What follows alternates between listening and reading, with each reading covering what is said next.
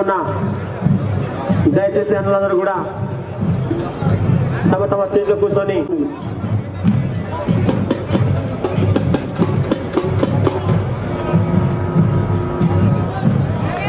यहाँ पर देख रहा हूं, अभी मैं कुछ ही देर पहले एक बहुत बड़े रोड शो के साथ भारतीय जनता पार्टी के कार्यकर्ताओं का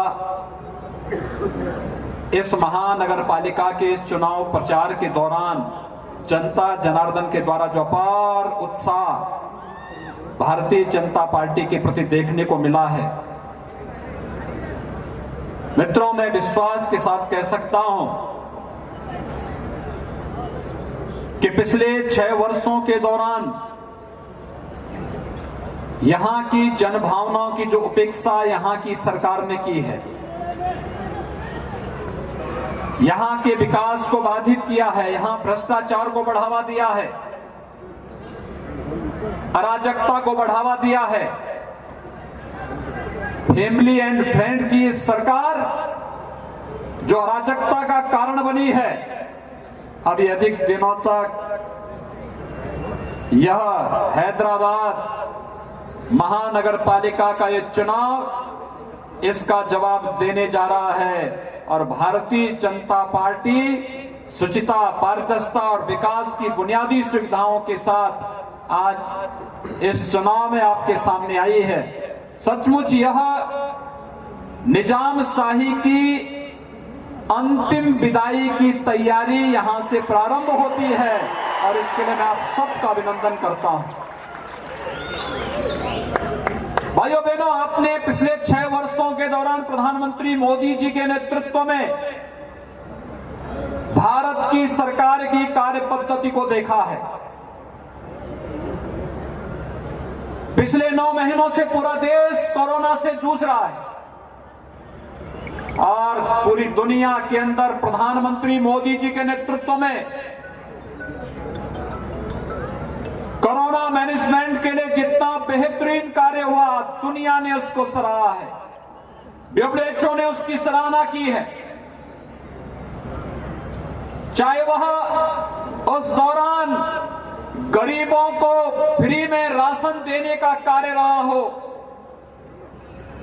आत्मनिर्भर भारत के अंतर्गत नौजवानों के लिए रोजगार का कार्य रहा हो, जनधन अकाउंट धारी महिलाओं के खातों में पैसा देने का कार्य हो, या प्रधानमंत्री किसान सम्मान निधि का पैसा डीबीटी के माध्यम से देश के 12 करोड़ किसानों के अकाउंट में देने का हो, ईमानदारी के साथ सबका साथ, सबका विकास और सबके विश्वास पर केंद्र की मोदी सरकार खरी उतरी है। भाइयों बहनों, अगर 12 करोड़ किसानों के खाते में डीबीटी के माध्यम से पैसा जा सकता है, तो अभी हैदराबाद में बाढ़ आई थी, बाढ़ का ये पैसा केसीआर की सरकार डीबीटी के माध्यम से यहां के किसानों के खातों में, यहां के नागरिकों के पीड़ितों के खातों में देने में क्यों विफल हुई?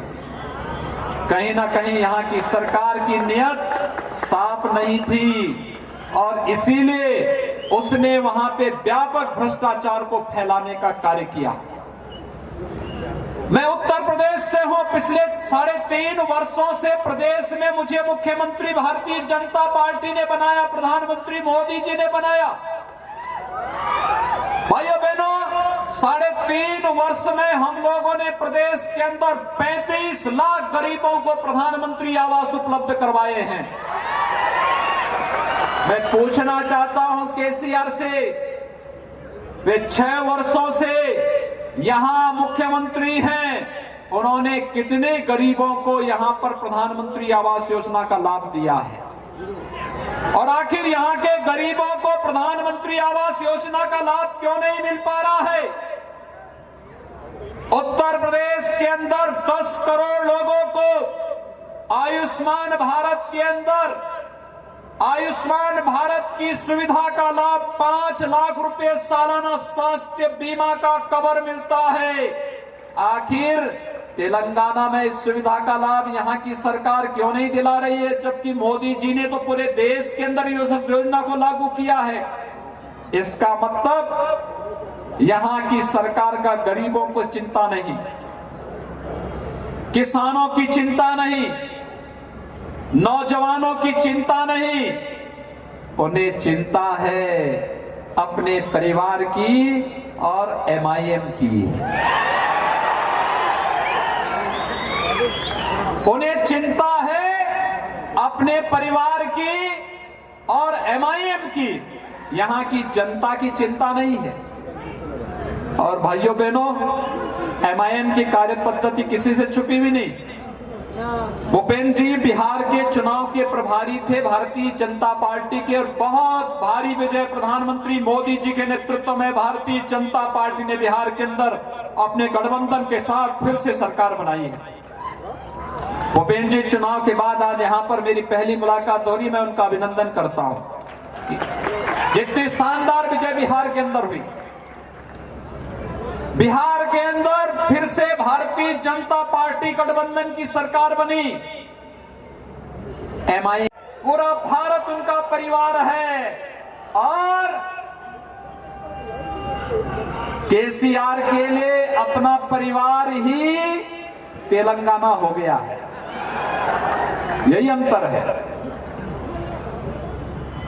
MIM के लिए तो दो भाई के अलावा तीसरा कोई है ही नहीं, और किसी के बारे में सोच ही नहीं सकते, हमेशा उल्टा ही बोलेंगे। भाइयों बहनों, ट्रिपल तलाक की कुप्रथा को मोदी जी ने समाप्त कर दिया हमेशा के लिए। 3 तलाक के नाम पर आधी आबादी पर अब कोई अत्याचार नहीं कर पाएगा, और करेगा तो जेलें उसका इंतजार करेंगे। और मैं सचमुच जब 5 अगस्त को प्रधानमंत्री मोदी जी ने अयोध्या में राम मंदिर के कार्य का शुभारंभ किया, मेरी हार्दिक इच्छा थी कि यहां से भी आप लोगों को भी आमंत्रित करो, लेकिन कोविड-19 के प्रोटोकॉल को ध्यान में रखना था। भाइयों बहनों, कोविड-19 के प्रोटोकॉल को ध्यान में रख करके कार्य भगवान राम के भव्य मंदिर के निर्माण कार्य को आगे बढ़ा दिया गया। 492 वर्ष के इतिहास में जो कार्य कभी नहीं हो पाया, आज मोदी जी के नेतृत्व में अयोध्या में भगवान राम के भव्य मंदिर के निर्माण का कार्य आगे बढ़ चुका है। आने वाले 3-4 वर्षों में जब भगवान राम का भव्य मंदिर का निर्माण होगा, आप में से एक एक व्यक्ति अयोध्या में सादर आमंत्रित होगा भगवान राम के रामलला के दर्शन करने के लिए। यह आनंद आप सबको प्राप्त होगा। यह है राष्ट्र गौरव, यह है आत्म गौरव का भाव।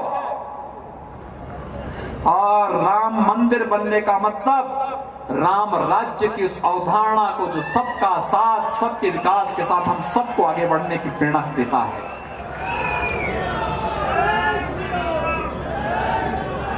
मैं यही पूछने के लिए आया हूं, अगर 12 करोड़ किसानों के खातों में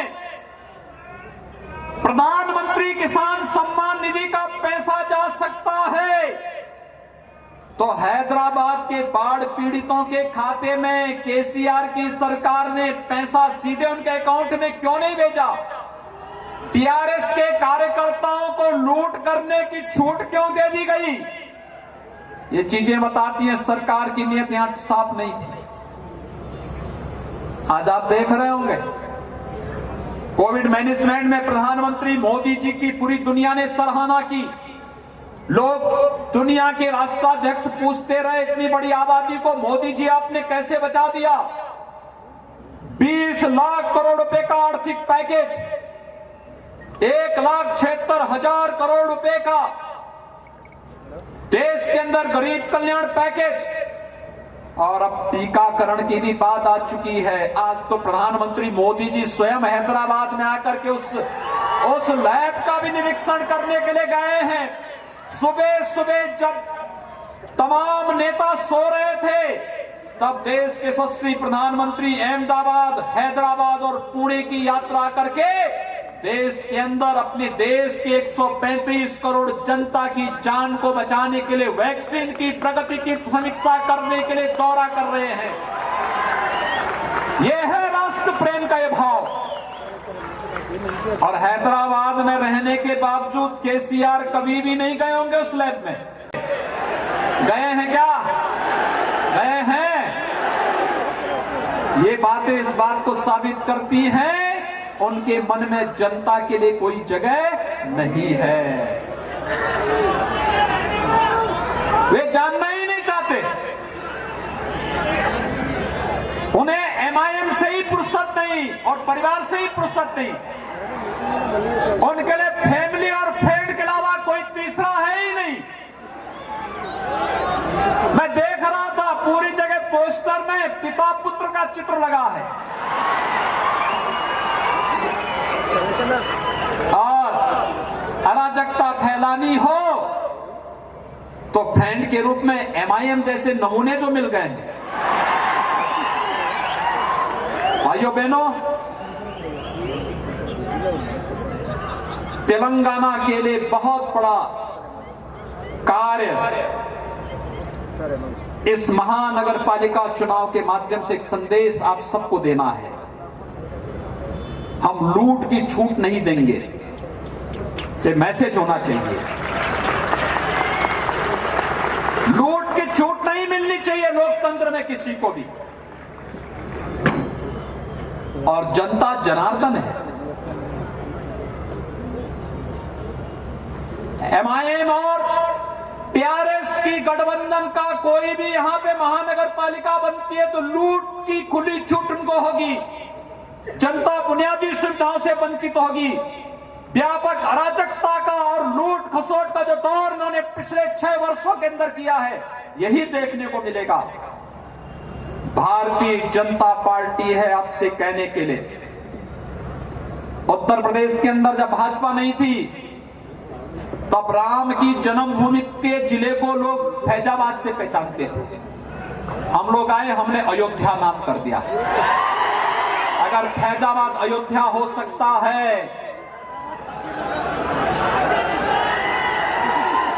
भाइयों बहनों, अगर इलाहाबाद प्रयागराज हो सकता है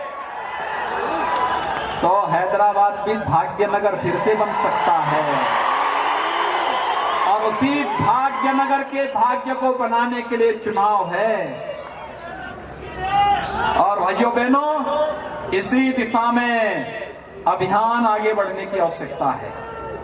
जो उत्साह है, जिस तेजी के साथ आप सबने इस कार्य को आगे बढ़ाया है, मैं सुबह से देख रहा हूं लाखों की संख्या में नौजवानों की, माताओं की, बहनों की, समाज के प्रत्येक तबके का व्यापक समर्थन भारतीय जनता पार्टी को प्राप्त हो रहा है। और इसलिए प्राप्त हो रहा है, सबको मालूम है कि मोदी जी के नेतृत्व में आज भारत प्रगति की नई ऊंचाइयों को छू रहा है। नगर का मतलब जो समृद्धि का प्रतीक हो। समृद्धि व्यक्ति के जीवन में, उसके पारिवारिक जीवन में, उसके सार्वजनिक जीवन में और बुनियादी सुविधाओं के माध्यम से विकास की योजनाओं को हर जन तक बिना भेदभाव के पहुंचाने का अभियान। उस अभियान के साथ आप सबको जोड़ने के लिए आज मैं यहां पर आप सबसे अपील करने के लिए आया हूं। आप सभी भारतीय जनता पार्टी को भारी बहुमत से अपने समर्थन और सहयोग दें। भारतीय जनता पार्टी के पक्ष में अपना समर्थन दें। यही अपील करने के लिए आपके बीच में मैं यहां पर उपस्थित हुआ हूं। आप सबसे मेरी विनती होगी, जो समर्थन और सहयोग और जो उत्साह आपने दिखाया है, ये हम सब के लिए और इस ग्रेटर हैदराबाद म्युनिसिपल कॉर्पोरेशन के चुनाव के माध्यम से यहां के भाग्य को बदलने में इसकी बड़ी भूमिका होगी। यही अपील करते हुए मैं वाणी को देता हूं विराम। जय जय श्री राम।